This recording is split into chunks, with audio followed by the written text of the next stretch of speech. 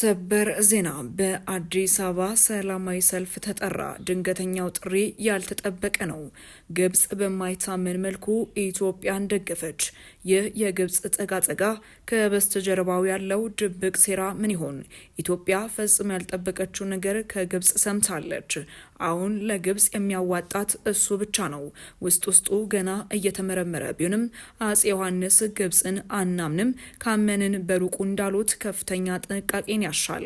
አዲስ አበባ ላይ አይኖች አርፈዋል። እኚህን ጉዳዮች በዝርዝር እንመለከታለን። የታርጌት ኒውስ ነው። በየዕለቱ አዳዲስና ወቅታዊ ትኩስ መረጃዎች የሚቀርቡበት። ለቻናሉ አዲስ ከሆናችሁ ሰብስክራይብ በማድረግ ቤተሰብ እንድትሆን የጠየቅን ወደ ዝርዝር ጉዳዮቻችን እናመራለን። አዲስ አበባውን ላይ ተጽዕኖዋ ከፍ ብሎ እየተሰማ ነው። አፍሪካውያን እንደ ስሟ ውብ አበባ በሆነችው የአፍሪካ መዲና በመደመም የኢትዮጵያ መንግስት ልምዱን ያካፍለን እንዴት ባንዴ የተሰራ ብለው የጠየቁ ሀገራትን በይፋ ንግግራቸውን ተመልክተናል። የአፍሪካ ስልጡን ሀገር ደቡብ አፍሪካ መሪ ሳይቀር በሸገር ውበት ተደመው ከተሞቻችን እንደ አዲስ አበባ መሆን አለባቸው ሲሉም ተደምጠዋል። የጎረቤት ኬንያ መንግስት ህዝቡ በይፋ ከኢትዮጵያ ተማር ሲለውም እያየን ነው። ሸገር የቱሪስት መዳረሻ ወደ መሆን እየተንደረደረ ሲሆን የዓለም ዩቲዩበሮች ሳይቀር አሁን ላይ ወደ ከተማዋ ገብተው መረጃን ለዓለም እያጋሩ ነው። ይህ ትልቅ ደስታን የሚፈጥር ያን በሰሩ እህትና ወንድም ኢትዮጵያውያኖች እንዲሁም ያን የመሩትን አለማመስገን ቀሽምነት ነው። አዎ ብዙ ችግሮች አሉብን፣ ምንም አይካድም። ግን ደግሞ ካሉብን ችግሮች መሃል የተሰራን ማድነቅ መሰልጠን ነው። እንደ ስሟ አዲስ አበባ የመሰለችው ከተማ የዲፕሎማሲ ተጽዕኗን እያሳየች እያንሰራራች ነው። ጠቅላይ ሚኒስተሩ የገነቡትም አዲሱ ጦርም ከበድ ብሎ መጥቷል። የታጠቀው የጦር መሳሪያም እንዲሁም ከባድ ነው። ለግብጽ ወደ ጦርነት መግባት ኪሳራ ብቻ ሳይሆን አደጋም አለው። ምክንያቱም ኢትዮጵያ ረጅም ርቀት ተጉዘው ጉድ የሚሰሩ አጥፍቶ ጠፊ ድሮኖችን ታጥቃለች። ከ3000 ኪሎ ሜትር በላይ መጓዝ የሚችሉ የጦር ጀቶችንም ታጥቃለች። ስለዚህ ለካይሮ በኢትዮጵያ ላይ ጦርነት መክፈት የማያዋጣ የማይታሰብ ነው። ታዲያ አሁን ግብጽ ለዘብ ብላ በመምጣት በአባይ ግድብ ጉዳይ ላይ ኢትዮጵያ ትንሽ ቀረብ ብላ ከተስማማች ወደ ቀይ ባህር የምታደርገውን መመለስ ልደግፍ እችላለሁ ብላለችም። ምክንያቱም 4 ኪሎ ቤተ መንግስት ያለው መሪ ቀይ ባህራችን ሲሆን በሰላም እምቢ ካሉም ወደ ቀደመ ግዛታችን በግድም ቢሆን እንረከባለን ብለው ለጦራቸው አዘዋል። ለኤርትራ ከኢትዮጵያ ጋር ጦርነት መግጠም አሁን ላይ በጣም ከባድ ብቻ ነው ሳይሆን ውጊያ ከተጀመረ የአስመራን ቤተ መንግስት በ40 ደቂቃ ውስጥ መቆጣጠር የሚችል ልዩ ጦር አላት ኢትዮጵያ። ብዙ ቆሞ የቀሩ ሰዎች አሁንም ውጊያ ቢጀመር የሚሆን የሚመስላቸው በክላሽ በታንክ ምሽግ በመቆፈር የድሮ አይነት ነው። እሱ አሁን ቀርቷል። እሱን በኤሌክትሮኒክ ዋልፈር የኢትዮጵያ መያዝ ትችላለች። አንዳንድ ሰዎች አሉ በሀገር ውስጥ ያለውን ጦርነት ማስቆም ሳይቻል ሌላ ጋር የሚሉ የሀገር ውስጥ ጦርነት የሽፍቶች እንጂ ሌላ አይደለም። መንግስት የሀገር ውስጡን ለማጥፋት አሁን ላይ ብዙም ሲታገል አይታይም። በድሮን ሆኗል ጨዋታው። እሱም ብቻ ሳይሆን ወደ መንበረ ስልጣኑ ምንም የማያሰጉ ስለሆኑ ትኩረት ሁሉ አልሰጣቸውም። በተለይም እነዚህ ነገሮች በቅርብ ጊዜያት መገንዘብም ችለናል። የ4 ኪሎ ዝግጅት ወደ ቀይ ባህር መመለስ ይመስላል። እናም ይህንን የግብጽን ሀሳብ በጥበብና በብልሃት መመርመር ያስፈልጋል። ወደ ቀይ ባህር ለመመለስ ኤርትራን ማግባባት ችላ ከጦርነት ውጪ በሰላም ከተመለሰ ኢትዮጵያ ከግብጽ ጋር በአባይ ግድብ ዙሪያ በሰላም በመነጋገር የማትሰራበት ምንም ችግር አይኖርም። ሆኖም ግብጽ ከዚህ ነገር ጀርባ ያሰበችው ምን እንደሆነ ስለማይታወቅ ጉዳዩ በጥልቅ ሊጤንም ይገባል። እናም አሁን ላይ ግብጽ ሁለት መልክ ያለው ለኢትዮጵያ የባህር በር ጥያቄ ትብብር ሀሳብ ማቅረቧና አባይና ቀይ ባህር የኢትዮጵያ ያለውና ጉዳዮች ናቸው ማለቷን ተከትሎ በርካታ አነጋጋሪ መረጃዎች በስፋት እየወጡ ይገኛሉ።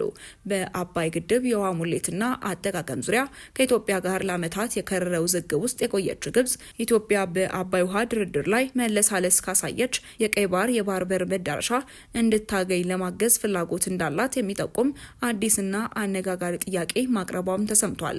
ዜናው በሀገር ውስጥም ሆነ በዓለም አቀፍ ደረጃ እጅግ መነጋገሪያ ሆኗል። ቀደም ሲል ቀዳማዊ ኃይለሥላሴ አሁን ደግሞ ጠቅላይ ሚኒስትር አብይ አህመድ አባይና ቀይ ባህር የኢትዮጵያ የህልውና ጉዳዮች ናቸው ማለታቸውና አባይ ግድብ ሲጠናቀቅ የተለያዩ የዓለም ታላላቅ ሚዲያዎች ኢትዮጵያ የኒውክሌር ቦምብ ታጥቃለች በማለት መዘገባቸውም ይታወሳል። ዘ ናሽናል የተሰኘው የተባበሩት አረብ ኤምሬትስ የዜና ምንጭ የካይሮ የውስጥ አዋቂዎችን ዋቢ አድርጎ እንደዘገበው ግብጽ ይህን የጥቅም ጥያቄ ለጠቅላይ ሚኒስትር አብይ አህመድ ባለፈው ሳምንት አቅርባለች። ይህ እቅድ ለዋሽንግተንም ተልኳል። ፕሬዚደንት ዶናልድ ትራምፕ በጉዳዩ ላይ እንዲሸመግሉ ግብጽ ፍላጎት ማሳየቷ ደግሞ ጉዳዩ ዓለም አቀፋዊ ይዘት እንዲኖረው ያደርጋልም ተብሏል። ዶናልድ ትራምፕ ለግብጽ ያጋደለ የተባለና የአባይን ግድብ አስመልክቶ የተፋለሰ መረጃ በማቅረብ ለማሸማገል ያላቸውን ፍላጎት በደብዳቤ ማሳወቃቸውም አይዘነጋም። ግብጽም ቀደም ሲል ለፕሬዝደንቱ ደብዳቤ መላኳ የሚታወስ ነው። የኢትዮጵያ መንግስትም ከመጪው ትውልድ ላይ ዕዳና ታሪካዊ ጫና ለማስቀመጥ ፈቃደኛ አለመሆኑን በመጥቀስ እስካሁን ድረስ ግድቡን አስመልክቶ ስምምነት ሳያደርግም ቆይቷል። ግብጽም ኢትዮጵያ ላይ ጫና ለማድረግ ታጣቂዎችን ከማደራጀትና ማስታጠቅ ጀምሮ ኢትዮጵያን ለመክበብ እየተንቀሳቀሰችም ትገኛለች። የአባይ ግድብ ውዝግብ በዚህ መልኩ በቀጠለበት በዚህ ወቅት የተሰማው ዜና ግብጽ ሁለት ገጽታዎችን የያዘ ሀሳብ ማቅረቧ ነው። የመጀመሪያው የግብጽ አዲስ ሀሳብ የጥቅም ማባቢያ ማቅረብ ነው። ይህም ኢትዮጵያ በአባይ ውሃ አጠቃቀም ላይ ለካይሮ ስጋት ምላሽ የሚሰጥ ህጋዊ አስገዳጅ ስምምነት ላይ እንድትደርስ የሚጋብዝ ነው። ኢትዮጵያ ይህንን ከተቀበለች ግብጽ በምላሹ ከአፍሪካ ወዳጆቿ ጋር በመሆን ኢትዮጵያ የቀይ ባህር ወደቦችን እንድትጠቀም የዲፕሎማሲያዊ ድጋፍ እንደምታደርግ ቃል ገብታለች። ይህ ማካሄድ ግብጽ የኢትዮጵያን የባህር በር ጥያቄ እንደ ድርድር ካርድ ለመጠቀም የወሰነችበት ስልት መሆኑንም ያሳያል። ዜናውን የሰሙ የህግ ባለሙያዎችም አባይ ዝም ብሎ ያገኘውን እያግበሰበሰ ወደ ግብጽ ሲጓዝ ኖሮ በዚህ ትውልድ መገደቡ የኢትዮጵያን የመደራደሪያ አቅም እንዳጎላው ማረጋገጫ ነው። ጥያቄው በጥንቃቄ የሚያዝ ቢሆንም አባይ አቅም ሆኑን ማየት ግን ትልቅ ፖለቲካዊ ድል ነው በማለትም አስተያየታቸውን እየሰጡ ይገኛሉ። ኢትዮጵያ የኒውክሌር ቦምብ ታጠቀች በማለት የግድቡን ጫና የተረዱ ሲዘግቡ የፖለቲካ ልዩነትና ፍላጎት እንዲሁም ከጀርባቸው ባዘሉት አጀንዳ መነሻ የግድቡን መጠናቀቅ የነቀፉ ኢትዮጵያውያን እንደነበሩም የሚታወስ ነው። ግድቡ ተሸጠ፣ ጠቅላይ ሚኒስትሩ ግድቡን ለግብጽ ጥቅም እንዲውል ተስማሙ ያሉና አሁን ድረስ ይቅርታ ወይም ደግሞ ማስተካከያ ያላደረጉ ሚዲያዎችም መኖራቸውም የሚታወቅ ነው። ግብጽ ከመጀመሪያው የትብብር ሀሳቧ አስከትላ በሁለተኛው ገጽታ ላይ ድብቅ ማስጠንቀያን ያዘለ ሀሳቧንም አካታለች። ኢትዮጵያ ይህን ጥያቄ ውድቅ ካደረገች ግብጽ በሱዳን በሶማሊያና በጅቡቲ ያላትን ወታደራዊና ፖለቲካዊ ተጽዕኖ በመጠቀም እንዲሁም በቀይ ባህር ደቡባዊ ክፍል ያለውን የባህራዊ አቅሟን በማሰለፍ ኢትዮጵያ የባህር በር ለማግኘት የምታደርገውን ጥረት ለመዝጋት እንደምትሞክር በውስጥ ታዋቂነትም ገልጻለች።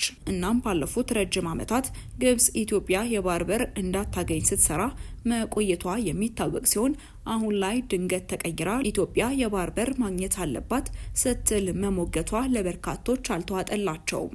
ይህንን ጉዳይ በተመለከተ ሌሎች አነጋጋሪ ጉዳዮችም መውጣታቸው የማይቀር ነው። መረጃዎችን እየተከታተልን በስፋት የምናደርሳችሁናል። ወደ ቀጣይ ጉዳያችን ስናመራ በመዲናይቱ አዲስ አበባ ሰላማዊ ሰልፍ ስለመጠራቱ መረጃዎች እየተሰራጩ ይገኛሉ። በትግራይ ክልል የህወሓት አመራሮችና የፌዴራል መንግስት በደረሱበት አለመግባባት የተፈጠረውን ውጥረት ተከትሎ ዳግም ጦርነት እንዳይቀሰቀስ በአዲስ አበባ ሰላማዊ ሰልፍ ለማካሄድ መታቀዱን በትግራይ ለውጥ ፈላጊ የተባለው ስብስብ አስታውቋል። የፖለቲካ ፓርቲዎችና ተጽዕኖ ፈጣሪዎች ያቀፈው ይህ ስብስብ ባለፈው ቅዳሜ በክልሉ ወቅታዊ ሁኔታና መፍትሄዎች ላይ ውይይት ያካሄደ ሲሆን የለውጥ ፈላጊ ስብስቡ አባልም በትግራይ ክልል በዳግም ጦርነት ደም መፋሰስ እንዳይፈጠርና ልዩነቶች በሰላማዊና በዲፕሎማሲያዊ መንገድ እንዲፈቱ ግፊት ማድረግ ያስፈልጋል ሲሉም ተናግረዋል። አሁን ያለው የህወሓት ቡድን የትግራይን ህዝብ እንደማይወክልና በክልሉ እንደሚጀመር የተሰጋ ያለው ጦርነት የውጭ ኃይሎች ድጋፍ እንዳለበትም ለዓለም አቀፉ ማህበረሰብና ለኤምባሲዎች ለማሳወቅ በቀጣዮቹ ሳምንታት ሰላማዊ ሰልፍ እንደሚካሄድ ነው የተገለጸው። የባይቶና አባይ ትግራይ ፓርቲ አባል ዶክተር ጸጋዛብ ካሱ በበኩላቸው የክልሉ ነዋሪዎችና ወጣቱ ጦርነት እንደማይፈልግም ተናግረዋል። እናም በቀጣይ ሳምንታት በመዲናይቱ አዲስ አበባ ሰላማዊ ሰልፍ እንደሚደረግም ተገልጿል።